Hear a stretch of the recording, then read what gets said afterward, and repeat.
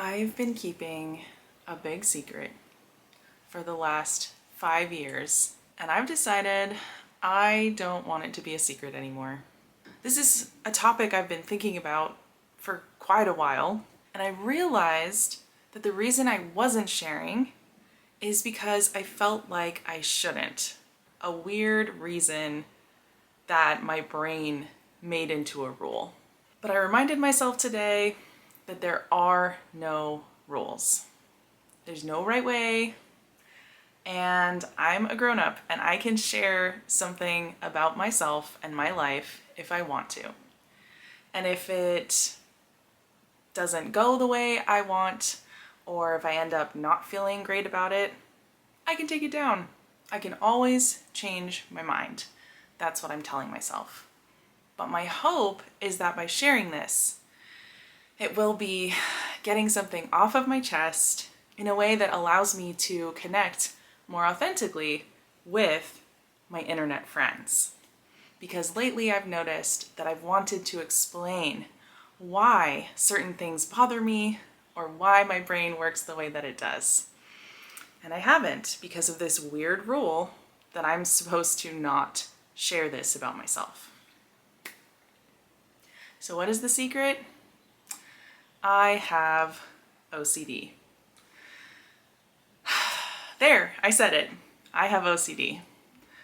I'm sure that longtime watchers right now are like, yeah, of course. I've gotten a few comments in the past, especially when I used to share on my old channel, X-Fundy Diaries, that suggested that I might look into OCD to see if I might have it. And when I read those comments, I thought, yeah, I've actually got the diagnosis already. So I definitely felt very seen. And at the time, I wasn't ready to talk about it, but I really do feel ready to talk about it now. I got this diagnosis, I believe, in 2019, if I'm remembering correctly. It may have been 2018 or 2020, but it was somewhere in that area of my life. But I have dealt with OCD since I was a child.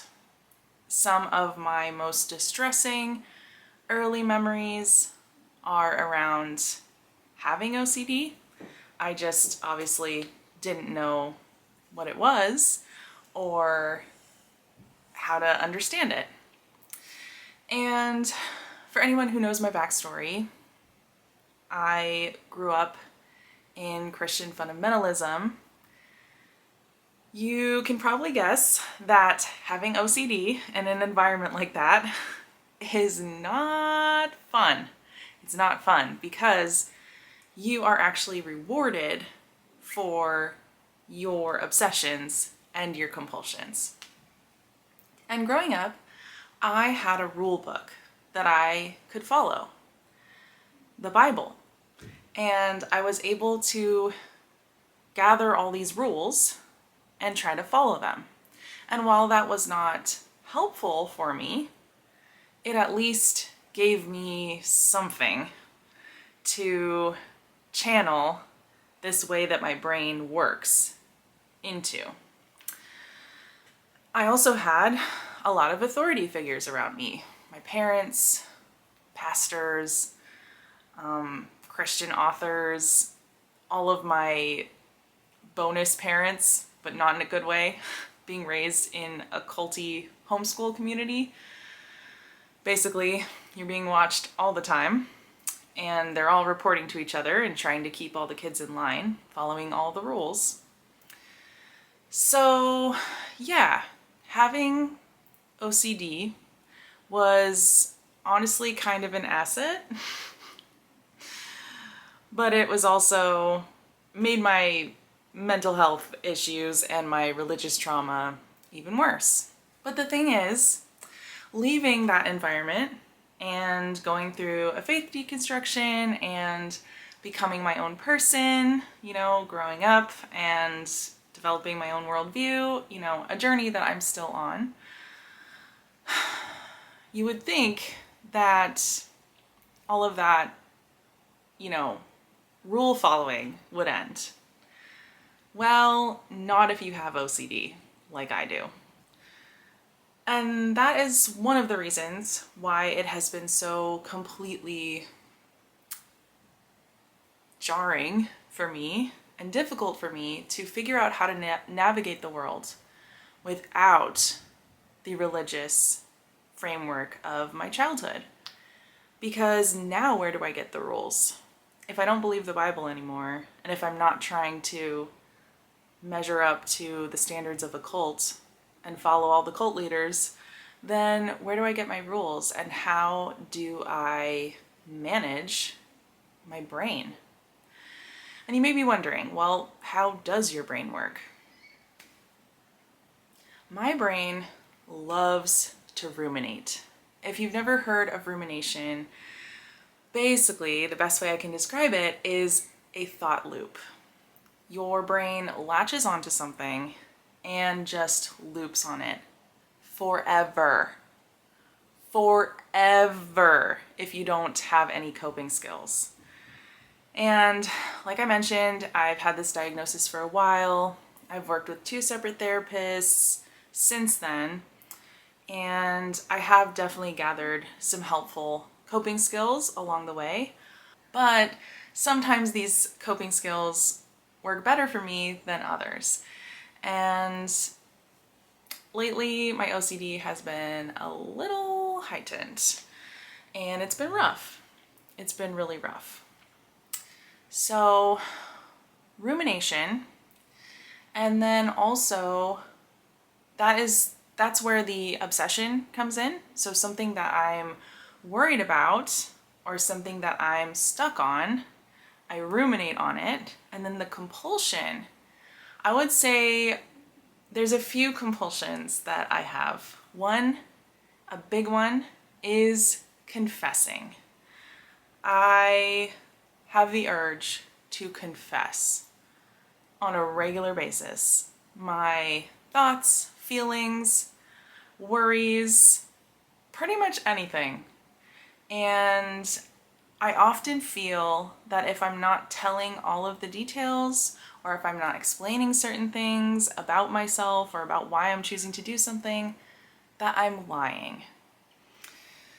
And that is how I got my nickname Honest Ellie when I was a kid. Because I was a good little fundy kid that was going around confessing every single sinful thought that I had. And that was rewarded in that environment. But again, I still struggle with that as an adult, as a secular adult who is not in a high demand, high control religion. Another compulsion that I have is reassurance seeking. This one is a big one for me. And of course, we want to seek reassurance from our friends and family sometimes. It can be helpful to ask for feedback, to have discussions, but when I can tell I'm in an OCD loop, a reassurance seeking mode, no matter what the other person says, I'm never satisfied with the answer. I will ask again and again, and I might ask it a different way, but I'm still asking the same question. And their response is never satisfactory. And the way that it works, as I understand it, is the more that you ask and the more that you get that reassurance, the more that it actually feeds the rumination and it feeds the OCD reassurance seeking loop. So super frustrating. Also, you're usually extremely anxious. You're super afraid that something bad is going to happen or that you are bad. That's usually my particular worry. Because I'm heavy on the moral OCD, but I'll get there. And so, yeah, you're like super activated, so it's like really hard. It's really hard to use those tools of, okay, I recognize that I'm in a reassurance seeking OCD loop here. So I'm going to try to distract myself, try to think about something else, focus on something else. I'm going to actively choose not to ask my questions, even though I want to keep asking. And I'm going to instead like sit in the discomfort and ride the waves of these emotions. It's so hard. It's really, really hard. Another compulsion that I have is researching. If I am, obsessing over something and I'm worried about it and my OCD is activated, then I can get into some really deep, really time-consuming researching rabbit holes. And again, similar to the reassurance seeking, they don't actually help. They don't fix anything. They just feed the loop, because the OCD is just like insatiable. It just wants more and more and more anxiety. It wants to ask more questions. I've heard OCD called the questioning disease because it's just a never-ending stream of questions. And again, not in a curious, productive way, but in a greedy and pointless, soul-sucking way. So those are the 3 compulsions that come to mind, but I do have others. I've actually had weird periods of time where my OCD has manifested in very specific, very tangible ways. For example, in 2017, when I was 26, I had a period of time where I was convinced every time I was driving that the brake pedal was not there. And I had to keep checking with my face, with my eyes, to make sure that the brake pedal was there. And then there were also some other components of it where, like, if my foot was on the brake pedal, I was convinced that if I took my foot off, the car was gonna like lurch forward. Anyways, it took me, with a separate therapist than the 2 I've already mentioned, some EMDR, which is eye movement desensitize, I always forget how to say this. Eye movement desensitization reprocessing? That is probably wrong, but it's this specific kind of like therapy that involves your eyes going back and forth. Sometimes it's with a finger like this with therapist. Sometimes it's like watching a light on a screen go back and forth, but it's basically like connecting the 2 sides of your brain. And I don't know, I'm not a psychiatrist or a scientist or whatever, so I don't have all the details off the top of my head, but you can look it up. It's a cool form of therapy, and it helped me a lot because I literally could not drive for like a good month because my OCD had gotten activated in this weird way, and it was triggered by a traumatizing event that had happened to me in the past that I was processing in therapy. I basically like realized something about my past that I didn't realize before, didn't see a situation in a certain way. I'm being really vague because I'm trying not to trigger anyone, but it was really traumatizing, and it really affected me to be processing it and to be understanding it for what it was. So yeah, my brain was just like, well, maybe the brake pedal's not going to be there when you're driving, so we better check. And that's not the only time. There have been other times in my life where my OCD has manifested in more tangible ways like that, that are like really weird and niche and specific, but usually it is in those other, my compulsions are those 3 that I mentioned.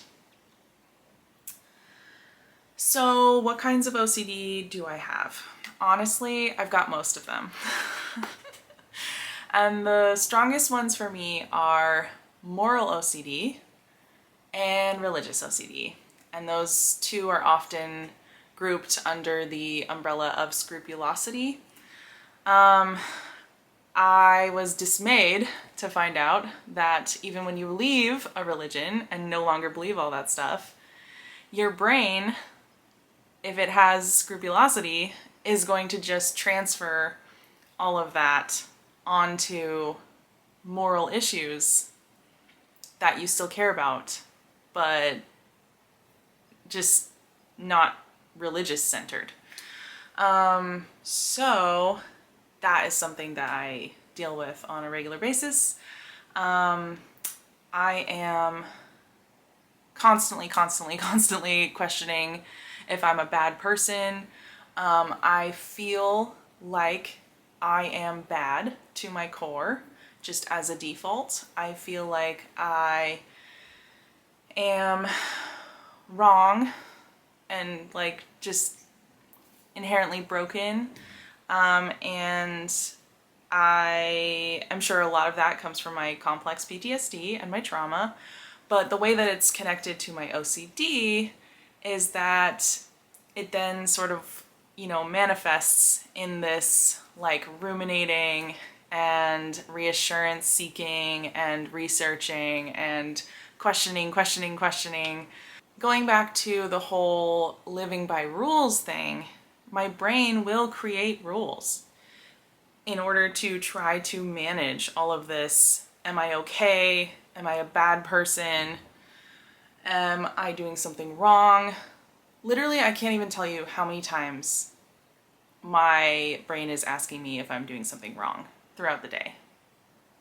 And I just like feel like I'm doing something wrong, just like all the time. It sucks.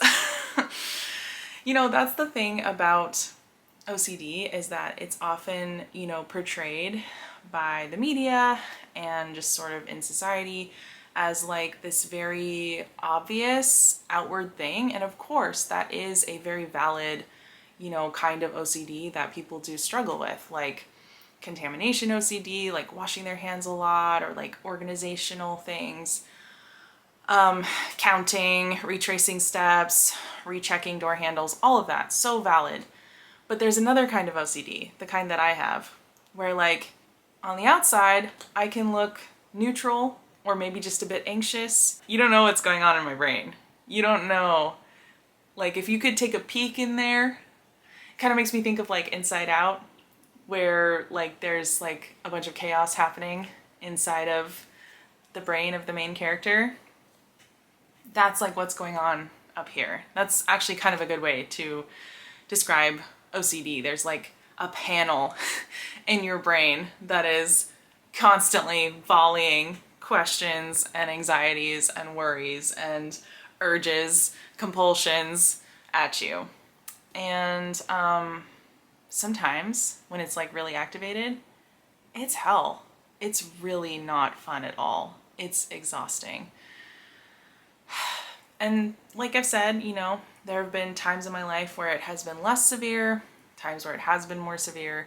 So it's not like, every waking moment of my life is terrible because of this.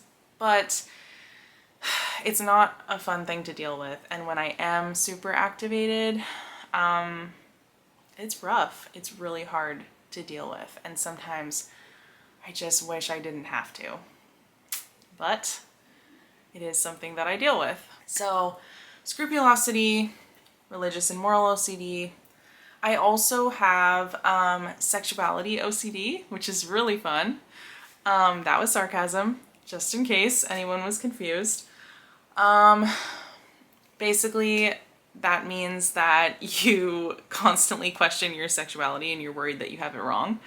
I haven't really talked about that too much on the internet, but ever since I realized I wasn't straight, I've been having this thing that I call my bi crisis, and it basically is me trying to figure out like if I'm actually bi or actually a lesbian or like somewhere in between. And it's, you'd hear that and think like, oh, well, that's like not that big of a deal, and like lots of people wonder that, you're not alone. I know that, but you don't understand unless you have this kind of OCD, how distressing it is and how all-consuming it can be. It's very hard to relax and enjoy anything when you are in a loop. So yeah, that's a form that I have. I also do have something called pure O OCD, which is where you have intrusive thoughts. And these are, as not my current therapist, but the therapist before that described to me, she explained it to me as ego dystonic, which is like a big word, but basically what it means is it goes against your morals. And it's like the very worst thing that you can imagine, like the very last thing you would want to do, is what pure O OCD is going to put in your brain and is going to make you afraid that you're going to do. And it often has to do with harming others. And it can like jump onto the moral OCD because it's like, well, shit, I am the worst person in the world for having that thought. Like, what's wrong with me? Why did I have that thought? Like, I would never want to actually do that or be that or say that. But as my last therapist explained it to me, that is what an intrusive thought is. It is not you. It's just this thought that your anxiety disorder, called OCD, is like throwing into your brain. And sometimes when it's really bad and you're super scared that that thing is going to come true, a compulsion can be to start like avoiding certain scenarios just because you're so scared of your own self and you're afraid that you might do or say the thing that your horrible thought suggested. Ugh, it's awful. I'm trying to think what other kinds I have. Oh, health OCD. Oh God, this is a fun one. Basically, any little twinge of like something different in my body, like it could be something as simple as like sniffles or like a twinge in my knee. That basically can cause me to think that I'm dying. And again, like a lot of people with anxiety, just general anxiety, could deal with this too, but I think that what makes it different is just the compulsions and the amount of like obsession and the amount of like energy and time and effort that goes into it, and the cyclical nature of dealing with that anxiety is what makes it OCD, in my opinion and in my experience. So yeah, like I said, there are some other categories of OCD that are not coming to mind right now that I also have dabbled in. You know, I'm an OCD connoisseur, if you will.